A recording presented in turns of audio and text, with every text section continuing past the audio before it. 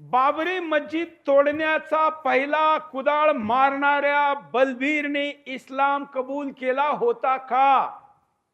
एक मोठं षड्यंत्र आणि त्या षड्यंत्रापूर्वक देशभरामध्ये हे पसरवल्या गेलं का एका कारसेवकाला पश्चाताप झाला आणि त्या पश्चातापाच्या बदल्यात त्याने साक्षात हिंदू धर्म सोडून इस्लाम कबूल केला. त्याचं नाव सांगितलं गेलं का त्याचं आधी बलबीर नाव होतं, नंतर तो आमिर बनला, धर्मांतरण केलं आणि ही रचलेली बनावट आख्यायिका मागच्या काही वर्षापासून आपल्या समोर लगातार सांगितली जात आहे. बाबरी विध्वंसातील खोट्या पश्चातावाचा पर्दाफाश करणारा बिंदास बोल मी घेऊन आलोय. नमस्कार, मी सुरेश चव्हाणके आणि आजच्या बिंदास बोल मध्ये मी तुम्हा सगळ्या मराठी भाषी लोकांचं स्वागत करतो. आज आम्ही आपल्या समोर विजय दिवसाच्या निमित्ताने, शौर्य दिवसाच्या निमित्ताने हा विशेष बिंदास बोल घेऊन आलेलो आहे. आज आम्ही उघडपणे त्याच अफवेचा पर्दाफाश करतोय जिला बनावट आख्यायिका म्हणावी लागेल. 1992च्या इतिहासात अयोध्या आणि बाबरीचा कलंक मिटवण्याचा पराक्रम एक मोठा सुवर्णाक्षराचा अध्याय आहे. राम भक्तांनी दिलेलं बलिदान, त्यांच्या जीवश्री निश्चय, भगवे झेंड्याखाली घेतलेला त्यांचा प्रण आणि त्याला पूर्ण करण्यासाठी वाटेल ते करण्याची जिद्द, या घटनेला अशा पद्धतीने प्रस्तुत केल्या गेलं की लोकांना त्यातून अपराध बोध व्हावा, लोकांना अभिमान आणि शौर्याची भावना होण्याऐवजी त्यांना त्यातून काहीतरी चूक केलं असा अपराध बोध व्हावा, अशी एक कहाणी घडल्या गेली. आणि ती कहाणी इतक्या सिस्टमॅटिकपणे घडल्या गेली, सगळ्या मीडियामध्ये छापून आणली. कंट्रोल रूमला हा पहा, या साईटला देशातल्या सगळ्या प्रतिष्ठित मीडिया संस्थांनी एक रिपोर्ट चालवला आणि त्यामध्ये त्यांनी म्हणलंय की बाबरी पर कुदाल चलाने वाला ही बना मुसलमान और मस्जिदे बनवण्याचा त्यांनी घेतला संकल्प.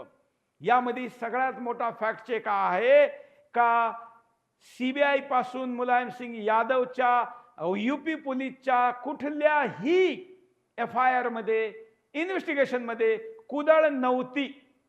त्या ठिकाणी जे लोखंडी खांब होते, पाईप होते, त्यांनाच कसं टोक अंकुचीदार करून शस्त्र बनवल्या गेलं हेच सांगितलं गेलं. कारण यूपी पोलीसचा दावा होता की कोणालाही त्या ठिकाणी काठी सुद्धा घेऊन जाऊ दिलं नाही. मग कुदळ कुठून गेली? पहिला फॅक्ट चेक तर याच ठिकाणी फेल होतो. पण आज काही लोक वामपंथी इस्लामी अजेंडेच्या तळातून पटकावणारे त्या शौर्यगाथेला कलंक लावू इच्छितात. ते पसरवतात बलवीर सिंह मोहम्मद आमिर बनला अशी कथा सांगतात की तो पहिला कारसेवक होता ज्याने गुंबतावर कुदाळ पटकवली, मग पश्चाताप करून इस्लाम स्वीकार केला आणि अनेक मस्जिदी बांधल्या.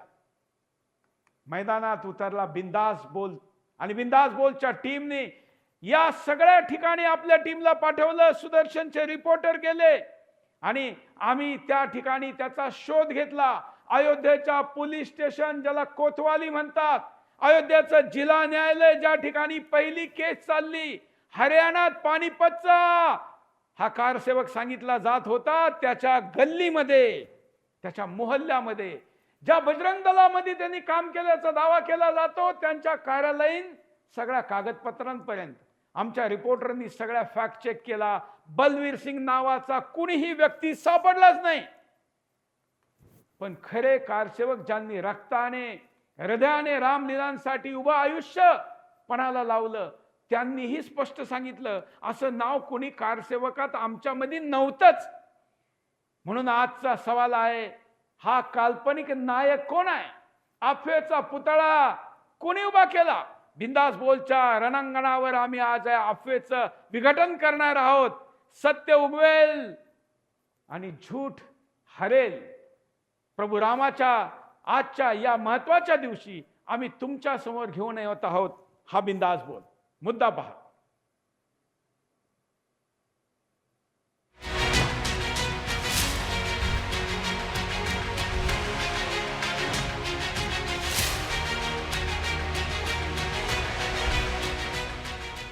शौर्य गाथा तो बहुत पुरानी, मुगलिया से लेकर मुलायम काल तक किसी युद्ध से ज्यादा हिंदुओं ने प्रभु श्री राम के मंदिर को बचाने और बनाने के लिए अपने प्राणों की आहुति दी थी। आखिरकार 6 दिसंबर 1992 को वो दिन आया जब प्राचीन कालिमा को धो दिया गया। मुगल काल में रानी जयराज कुमारी से लेकर मुलायम काल में कोठारी बंधुओं तक अनगिनत वीरों ने अपने प्राणों को न्यौछावर किया था। सदियों तक चले इस संघर्ष में कई सूरमा ऐसे भी हैं जो अब तक गुमनाम ही हैं, तो वहीं कई ऐसे फरेबियों को सामने खड़ा किया जा रहा है जिनका श्री राम जन्मभूमि मुक्ति आंदोलन से दूर दूर तक कोई संबंध ही नहीं।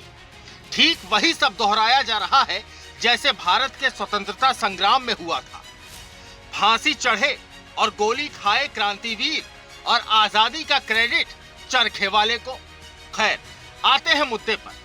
लगभग एक दशक पहले वामपंथी हैंडलों ने एक नया चेहरा चमकाने की मुहिम छेड़ी। नाम था मोहम्मद आमिर, जो कि रहने वाला था पानीपत का।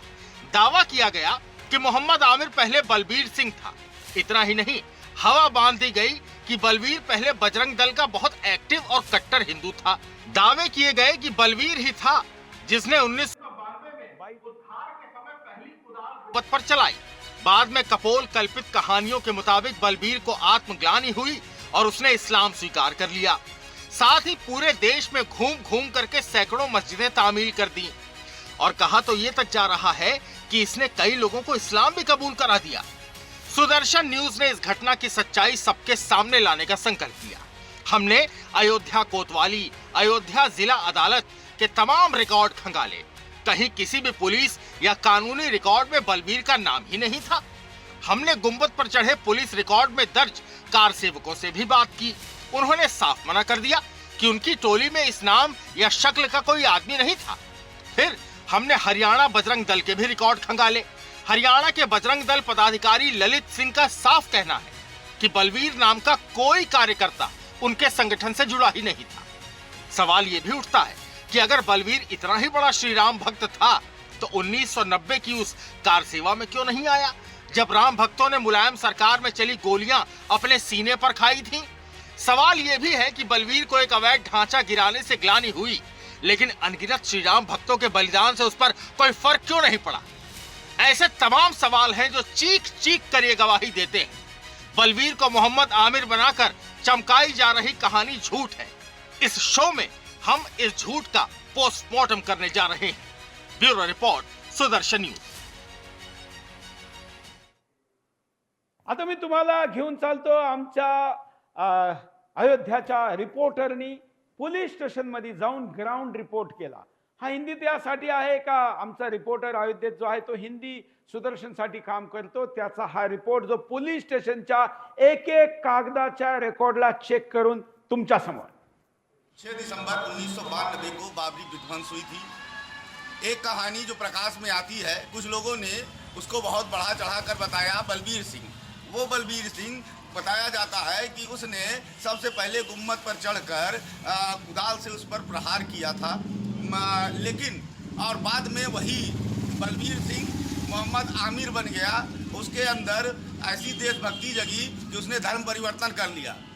और ये राम जन्मभूमि थाना है, मैं यहाँ पर मौजूद हूँ। कोई भी रिकॉर्ड उसके नाम का नहीं है, किसी भी कागज़ में उसका नाम दर्ज नहीं है। अगर वो सबसे पहला कार सेवक था तो कहीं ना कहीं उसका नाम होना चाहिए था, या फिर जैसे तमाम नेताओं पर, तमाम लोगों पर, कार सेवकों पर मुकदमे दर्ज हुए उसके ऊपर भी तो होने चाहिए थे।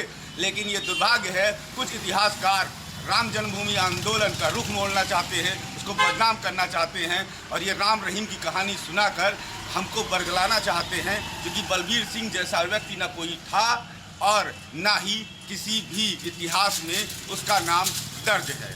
तो ऐसे तथाकथित लोग सिर्फ राम मंदिर आंदोलन कारियों के सम्मान, उस आंदोलन को बदनाम करना चाहते हैं। ऐसा लेकिन होने नहीं दिया जाएगा। धर्मेंद्र सिंह, हा मुद्दा तुमच्या समोर आम्ही आणलाय आणि माझ्याबरोबर या मुद्द्यावर चर्चा करण्यासाठी सनातन संस्थेचे अभय वर्तक जी आहेत। अभयजी, तुमचं स्वागत आहे। आणि हा मुद्दा अभयजी बरोबर चर्चा करण्याआधी जरा मी अजून एक व्हिडिओ, अभयजी तुमचं स्वागत आहे बिंदास बोल मराठीमध्ये। तुम्हाला मी अजून एक व्हिडिओ दाखवू शकतो, तो आता पोलीस स्टेशनचा व्हिडिओ आपण पाहिला, आता न्यायालयाचा व्हिडिओ पाहू. त्या ठिकाणी न्यायालयात जाऊन आमच्या रिपोर्टरनी एक एक कागद पाहिला. तिथल्या वकिलांना, रिटायर्ड न्यायाधीश ज्यांनी याची सुनवाई केली त्यांना, मीडिया रिपोर्ट करणाऱ्या तमाम पत्रकारांना विचारलं, हा चेहरा कुठं पाहिलाय का? कोणीही त्याचं पुष्टी केली नाही. न्यायालयाच्या बाहेरचा रिपोर्ट पाहू. धर्मेंद्र सिंगचा न्यायालय बाहेरचा रिपोर्ट. अयोध्येच्या न्यायालयाबाहेर 6 दिसंबर 1992 को बाबरी विध्वंस के दौरान सबसे पहला हथौड़ा अगर मारा था तो उसके प्रमाण कहाँ हैं? तमाम लोगों पर गोलियां चली, तमाम मुकदमे दर्ज हुए, रिकॉर्ड में उन कार सेवकों के नाम भी हैं जिन्होंने सबसे पहले उस बाबरी मस्जिद पर चढ़कर उसको तोड़ा था। लेकिन बलबीर सिंह का कोई नाम नहीं, किसी फाइलों में उनका कोई अस्तित्व नहीं। जिला कचहरी है मेरे पीछे, जिलाधिकारी कार्यालय और कचहरी, यहाँ पर भी छानबीन में कोई भी ऐसा नाम नहीं निकला जो बलबीर सिंह से जुड़ा हो या बलबीर सिंह हो। जिस व्यक्ति ने भगवान श्री राम के लिए इतनी लड़ाई लड़ी, उसके बाद उसके मन में इतना पाप जाग गया कि उसने धर्म परिवर्तन कर लिया। ये कहानी कहीं न कहीं पूरी तरह से बनाई हुई लगती है, जिसे यहाँ के लोग खारिज करते हैं। धर्मेंद्र सिंह, सुदर्शन न्यूज, अयोध्या। माझ्याकडे अजूनही खूप पुरावे आहे. पानिपतमध्ये आमच्या रिपोर्टरनी जाऊन तिथल्या बजरंग दलाच्या कार्यकर्त्यांना, त्यांच्या ऑफिसमधल्या रेकॉर्डना पाहिलं, चेक केलं, दाखवलं. प्रत्यक्ष कारसेवक जे जिवंत आहेत त्यांच्याशी आम्ही बोललो, ते व्हिडिओ पण मी तुम्हाला दाखवील. पण अभयजीकडे आपण जाऊ आणि आम्ही चर्चा करीत असताना स्थिती, कारण, परिणाम, उपाय स्क्रीनवर आपल्या समोर येत राहील. त्यातून काही बिंदास सवाल पण आपल्या पुढे येतील. मी अभयजींना पुन्हा स्क्रीनवर घेतो. अभयजी, एक असं झूट, एक असं षडयंत्र, एक अशी आख्यायिका, एक अशी स्टोरी ज्यामधून लोकांना शौर्याची भावना निर्माण करण्याऐवजी मनामध्ये अपराध बोध निर्माण करण्याचा डाव होता. आणि गेले अनेक वर्ष हा डाव 6 डिसेंबरच्या आसपास लोकांच्या समोर आणला जायचा. आम्ही मागचे 1 महिना आमच्या 16-17 लोकांच्या टीमनी त्याची फॅक्ट चेक केली आणि हे सत्य आज आपण लोकांसमोर ठेवतोय. तुमची पहिली प्रतिक्रिया? सुदर्शन चॅनलचं अभिनंदन अशासाठी करेन की बहुतांश वेळेला अशा गोष्टींकडे हिंदू समाज, हिंदुत्ववादी संघटना किंवा सुजाण लोक हे दुर्लक्ष केलं जातं की बाबा हे काय विषय नाहीये. परंतु गंभीर आहे की हे प्रकारचं गोवलचं तंत्रज्ञान आहे की खोटं पसरवायचं आणि हिंदूंना खऱ्या वास्तवापासून दूर न्यायचं. एक पहिली गोष्ट याच्यातनं खोटं पसरवलं अशासाठी देत आहे कारण हिंदूंसाठी जी शौर्याची गोष्ट आहे, पराक्रमाची गोष्ट आहे, त्या पराक्रमाच्या गोष्टीकडनं त्यांना डायव्हर्ट करून तुम्ही कसं चुकीचं कृत्य केलेलं आहे अशा प्रकारच्या नॅरेटिव्ह कडे त्यांना न्यायचं आहे. अर्थात या लोकांनी पहिल्यांदाच केलेलं आहे का? नाही. आज इस्लामिक जे विविध मदरसे चालवले जात आहेत त्या मदरशांमध्ये जे नॅरेटिव्ह पसरवलं जात आहे, तुम्ही विशेषतः या मुलांच्या मुलाखती बघा किंवा मी अनेक मुसलमान तत्वज्ञ ज्या वेळेला डिबेटमध्ये भेटायचे त्यांना विचारायचो तेव्हा त्यांच्या मानसिकतेमधून ते पसरवत असलेला नॅरेटिव्ह कुठली नॅरेटिव्ह आहेत. एक गोष्ट म्हणजे ते सातत्याने मांडतात की बाबा अकबर हा अतिशय उत्तम शासक होता. दुसरं नॅरेटिव्ह मांडतात जे अत्यंत धादंत खोटारड आहे, पण हे दाबून रेटून जे खोटं मांडलं जातं, औरंगजेब हा सेक्युलर होता हे नॅरेटिव्ह पसरवलं जातं. त्याच्यानंतर हिंदूंची सगळी मंदिरं मुसलमानांनी पाडली हे ब्रिटिशांनी पसरवलं, हे वास्तव नाही, हे मदरशांमधून शिकवलं जातं. त्याच्याच बरोबर एक नॅरेटिव्ह पसरवलं जातं की ज्या वेळेला मुसलमान शासक या देशावरती राज्य करायला लागले तेव्हा हिंदू स्वयंप्रेरणेने मुसलमान झाले, आम्ही त्यांच्यावरती कोणत्याही प्रकारची जोर जबरदस्ती केली नाही. हे खोटं नॅरेटिव्ह या मदरशांमधून आणि इतर सेक्युलर लोकांकडून पसरवलं जातं. त्याच्यानंतर जिजिया नावाचा कर होता तो अतिशय फार चांगला होता, त्याच्याबद्दल गैरसमज पसरवण्यात आले, हे नॅरेटिव्ह पसरवण्यात आलं. आणि काही दिवसानंतर जर सुदर्शननी आज हे प्रकरण उघडकीस आणलं नसतं तर अशा प्रकारचं पसरवलं गेलं असतं की ज्यांनी बाबरी मशीद पाडली ते सगळे 6च्या 6 लोक मुसलमान झाले आणि मग त्यांना पश्चाताप झाला आणि त्या काळामध्ये 1000 मशिदी या लोकांनी उभारल्या. हे नॅरेटिव्ह पसरवलं जातं. हे जर गांभीर्य आपल्या समाजाने आज ओळखलं नाही तर आपल्याला ही घटना छोटीशी वाटेल. आज बिलकुल. ही छोटीशी वाटणारी घटना उद्या किती भयंकर होणार आहे हे सुदर्शन सारख्या चॅनलला लक्षात येत आहे, सनातन संस्थेसारख्या संस्थेला लक्षात येत आहे की याच्याकडे दुर्लक्ष करून चालणार नाही. नाहीतर आपल्याच देशातली आपलीच हिंदू मुलं आपल्याला सांगतील बघा ज्यांनी बाबरी मशीद पाडली आता ना, आता ते अभयजी लोकं लोक सांगतील का नाही, पण आता जर गुगल मध्ये किंवा तुम्ही AI ला विचारलं तर ही स्टोरी खरं आहे असं सांगितलं जातं. का सांगितलं जातं? बरं. तर मी इथं चालवायला सांगेल, काही मीडिया संस्थांचे रिपोर्ट इथं चालवा, जे स्क्रीनशॉट आम्ही दाखवतोय, ज्यामध्ये हे पहा, हे ललन टॉप, जागरण, त्यानंतर लोकसत्ता, अनेक अशा मीडियावाल्यांनी हे चालवलं. हे एक प्रेस नोट अनेक संस्थांनी लोकांच्या समोर मीडियाला भ्रमित करून त्यांना हे न्यूज लॉन्ड्री, आता न्यूज लॉन्ड्रीवाले ते खोटारडेचे, यांचा काही प्रश्नच नाही. परंतु अशा अनेक लोकांनी या स्टोरी चालवल्या, त्यांनी जमिनीवर जाऊन फॅक्ट चेक केली नाही. एक उदाहरण तर अभयजी, आता समाजवादी पार्टीचे प्रवक्ते माझ्याबरोबर हिंदी शो मध्ये होते. मी असं म्हटलं की तुम्ही तर एकही, कारण समाजवादी पार्टी हातोडा चालवणाऱ्यांना, कुदाळ चालवणाऱ्यांना, कार सेवा करणाऱ्यांना अपराधी मानते. मग तुम्ही जर त्यांना अपराधी मानते आणि एकही अपराधी तुम्ही सोडला नाही, तुम्ही तर गोळ्या चालवल्या असं म्हणतात, तर मग या FIR मध्ये या बलवीरचं नाव का नव्हतं? आणि बलवीर अजूनही ज्यावेळी हे म्हणत होता, आता तर तो मेला, पण तो जिवंत असताना सुद्धा त्याला तुम्ही अटक का केली नाही? जर तो म्हणत होता की पहिली कुदळ मी चालवली, म्हणजे त्या पोलीस रेकॉर्ड मध्ये सुद्धा त्याचं नाव नाही. इतकं दादांड खोटं, म्हणजे त्याला आपण उघड्या डोळ्यांनी किंवा दिवसा खोटं बोलण्याचं जे आपल्याकडे कहाणी किंवा आपण खोटं, हा धडधडीत खोटं, म्हणजे धडधडीत सुद्धा छोटा शब्द आहे, असं खोटं बोलण्याचं काम या स्टोरीतून केल्या गेलं. आणि ज्यावेळी मी AI ला आहे सकाळी विचारलं हा शो करण्याआधी, सगळा इन्व्हेस्टिगेशन होऊन ज्यावेळी माझ्याकडे आलं त्यावेळी यांनी म्हटलं की तुमचा दावा चुकीचा आहे, मीडिया रिपोर्ट्स हे म्हणतात. मग मी आपले सगळे रिपोर्ट त्याच्यामध्ये टाकले. त्यानंतर आता जर कुणी फॅक्ट चेक किंवा या विषयाची माहिती घ्यायला जाईल तर त्यात सुदर्शनचा रिपोर्टही येईल. आणि आम्ही अजून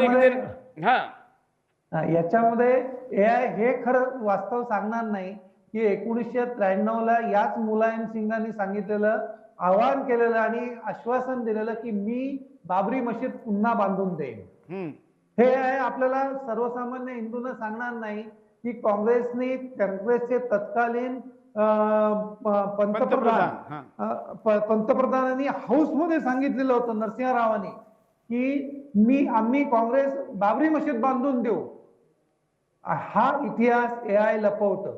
आम्ही पण हिंदूंनी लक्षात घेतलं पाहिजे की विविध माध्यम आपल्याला खरा इतिहास शिकवणार नाहीत, आपल्या हिंदूंना सांगणार नाहीत की बाबा सोमनाथ मंदिराचा जीर्णोद्धार हा सरदार वल्लभभाई पटेलांनी केला होता. तत्कालीन कायदा मंत्री मुंशी हे त्याचे ट्रस्टी होते. सरदार वल्लभभाई पटेल स्वतः ट्रस्टी होते.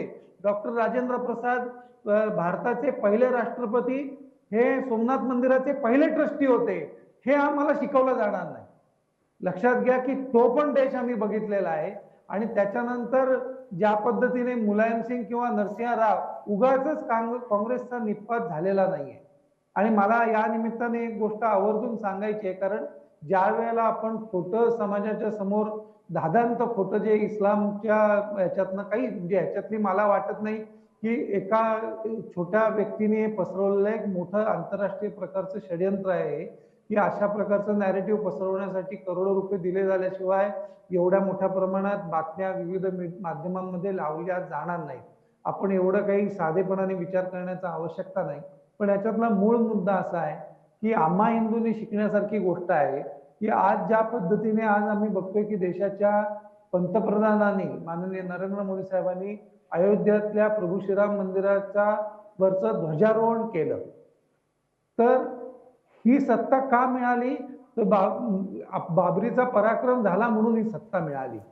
हे कनेक्शन आम्ही विसरता कामा नये. एक पराक्रम जर सत्ता देऊ शकतो तर हजारो पराक्रम केले तर पृथ्वीचं राज्य हिंदूंना मिळू शकतं. ही गोष्ट पण आम्ही नेहमी लक्षात ठेवली पाहिजे आणि हेच वास्तव आहे आणि ह्या वास्तवापासून दूर नेण्यासाठी अशा प्रकारचं नॅरेटिव्ह खोटं पसरवण्याचा की बाबा त्यांनी पश्चाताप झाला आणि मशिदी बांधलाय, हे याच्या पाठीमागचं षडयंत्र आहे. लोकांना सांगतो जसं आपण भारताचा कुणी सैनिक ज्यावेळी बलिदान जातो तर त्यावेळी त्याला शहीद म्हणतो, खूप सहजपणे शहीद म्हणलं जातं. या सगळ्या शहीदांना उद्या भविष्यामध्ये इस्लामची सत्ता स्थापित करण्यासाठी बलिदान जो होतो त्याला शहीद म्हणलं जातं. म्हणजे हे भविष्यामध्ये या शहीद शब्दाचा अर्थ लावून ही त्यावेळी इस्लामच्या सत्तेसाठी बलिदान झालेली लोक असं यांना म्हटलं जाईल. म्हणजे शब्दाला फार महत्व आहे आणि अशा शब्दाचे आशय हे आपण त्या त्यावेळी खोडून काढले पाहिजे, अन्यथा हे लोकांच्या समोर जात राहतं. म्हणून आम्ही आजचा अट्टास केला आणि लोकांसमोर आणलं. तुम्हाला तुम्ही आता थोड्या वेळीपर्यंत म्हणले की काय पहिली घटना नाही, अशा अनेक घटना आहे. जरा या निमित्ताने काही घटना अजूनही मला वाटतं आपण लोकांच्या समोर नेल्या पाहिजे. नाही, नक्कीच नेल्या पाहिजेत, कारण हे शेवटी ही एक प्रकारे अज्ञान आणि ज्ञानाची लढाई आहे आणि आज अज्ञान पुरजोर आहे. विविध इंटरनॅशनल सोर्सेस मधून हे लोक, म्हणजे मी या निमित्ताने सुदर्शनच्या सगळ्या वाचकांना सांगेन की आपल्या सर्व चॅनल्स मध्ये सुदर्शन हे हक्काचं आपलं एक चॅनल आहे.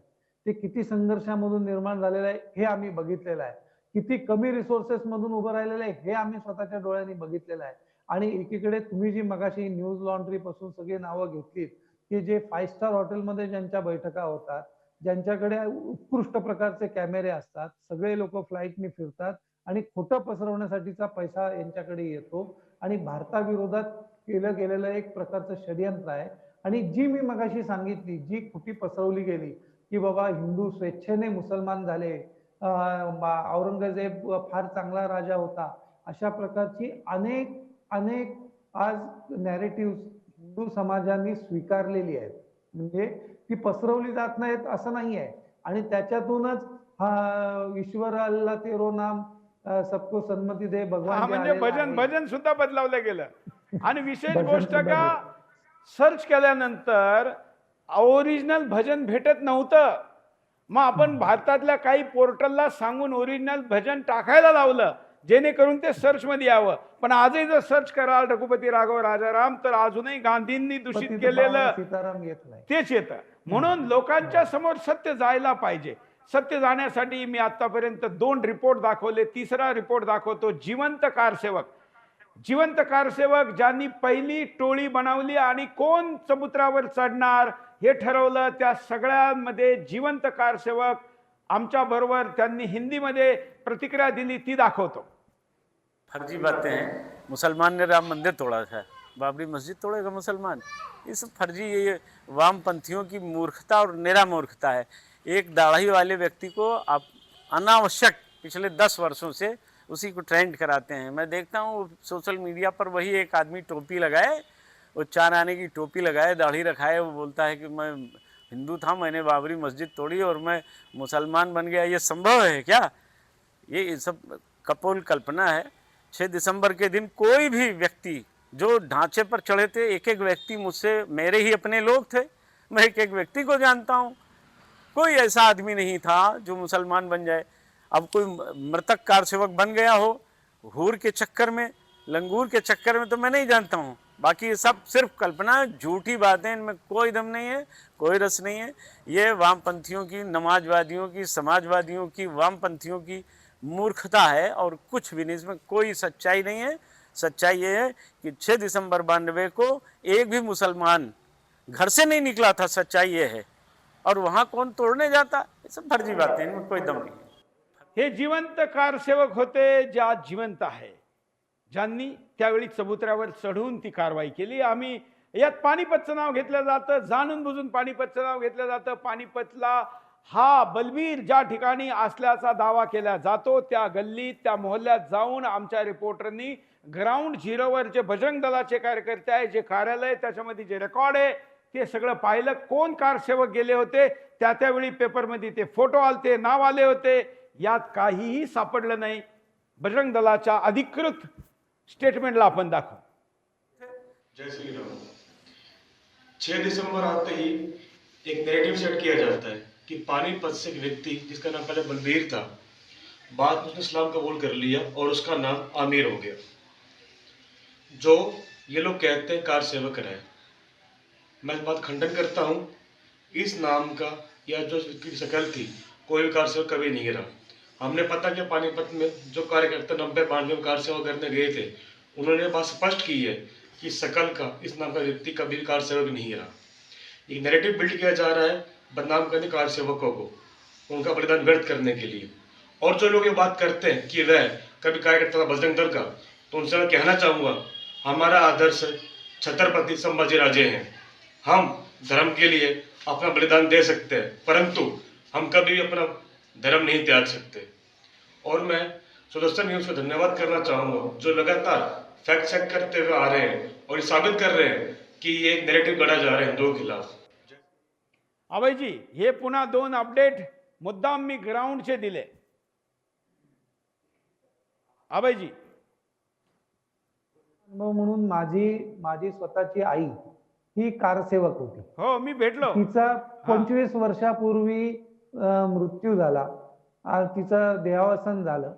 परंतु ज्या वेळेला प्रभू श्रीरामांचं मंदिर अयोध्येमध्ये बांधलं गेलं, त्यावेळेला भारतातल्या सर्व कारसेवकांची यादी तिथल्या ट्रस्टनी मिळवलेली होती आणि त्यांनी त्या ट्रस्टच्या वतीने आमच्या गावातल्या जेवढे म्हणून कारसेवक गेलेले होते त्याचा प्रत्येकाचा सत्कार आणि त्याला एक सन्मान चिन्ह पाठवलेलं होतं. याचा अर्थ किती कारसेवक 6 डिसेंबरला अयोध्येमध्ये होते त्याच्या प्रत्येक व्यक्तीची नोंद तिथल्या न्यासाकडे, विविध संस्थांकडे, ज्या ज्या लोक गेली त्यांच्याकडे होती आणि त्याची नावं आजही उपलब्ध आहेत. त्या नावामध्ये बलबीर सिंग नाही हाच एवढा मोठा पुरावा आहे की बाबा तुझं जर नाव होतं तुझ्याकडे देखील संपर्क केला गेला असता. परंतु ही एक व्यक्ती दादांत खोटेपणा करून उभी करण्यात आलेली आहे. आणि चव्हाणजी साहेब, हिंदू समाजाला खोटं बोलायची सवय नसते. कुठल्याही कार्यकर्त्यांना अशा प्रकारचं खोटं षडयंत्र रचायची सवय नसते. म्हणून आपल्याला असं वाटतं की असं कोणी करेल. परंतु अशा प्रकारची खोटं रचून एक एक पंथ उभा केला गेला, एक एक संप्रदाय उभा केला गेला, एक एक राजा उभा केला गेला आणि आपल्या देशातल्या लोकांना मूर्ख बनवण्यात आलं. बिलकुल. अभयजी, छत्रपती शिवाजी महाराजांशी खोटं बोलूनच त्यांना दिल्लीमध्ये बोलावण्यात आलेलं होतं. खरंय, ही गोष्ट आपण विसरता कामा नये. खोटं बोलूनच महाराणा प्रतापांना फसवण्यात आलेलं होतं. खोटं बोलूनच अनेक हिंदू राजांचा घात करण्यात आलेला, राजा दाहिरचा असू दे आता आणखीन कोणाचा असू दे, प्रत्येकाचा खोटं बोलून घात करण्यात आलेला होता. हेच खोटं पुन्हा एकदा आमच्या हिंदूंचा घात करतात. अभयजी, एक हिंदीत ज्यावेळी मी शो करीत होतो त्यात एक सूचना आली का या मुद्द्याला घेऊन कोर्टात गेलं पाहिजे. या सगळ्या मीडियाकडे तर आम्ही ईमेल पाठवले का तुमच्या फॅक्ट चेकवर आमचा हा फॅक्ट चेक आहे आणि तुम्ही तुमच्या न्यूजला अपडेट करा. आता यातलं कोण कोण काय काय करतं हे पुढच्या काही दिवसामध्ये समजेलच, आम्ही फॉलोअप घेऊ. परंतु कोर्टामध्ये जाऊन सुद्धा या मुद्द्याला स्पष्ट करावं असा एक दृष्टिकोन आजच्या डिबेटमध्ये हिंदीमध्ये बाहेर आला होता. आणि तुम्ही एक मोठी संस्था चालवता म्हणून आणि लिगल या विषयामध्ये एक मोठी टीम पण सनातन कळा आहे. तर मला वाटतं या विषयामध्ये आपण पुढाकार घेतला पाहिजे, जेणेकरून पुढच्या भलेही कोर्टात 1-2 वर्ष जाऊ, परंतु एक ठप्पा एकदा लागला का हे खोटं आहे हे स्पष्ट होईल. नाही, आपण नक्कीच या जेवढ्या म्हणून चॅनल्सनी याची बातमी केलेली आहे आपण वकिलांशी हे करू आणि त्यांना नोटीस द्यायची व्यवस्था करू. तर हे कारण हे सोडून उपयोगाचं नाही, हे गांभीर्याने घेतलं पाहिजे. या मताशी आम्ही देखील सहमत आहोत. आपण वकिलांच्या मार्फत या सगळ्या चॅनल्सना निश्चितपणे नोटीस देऊया. बिलकुल.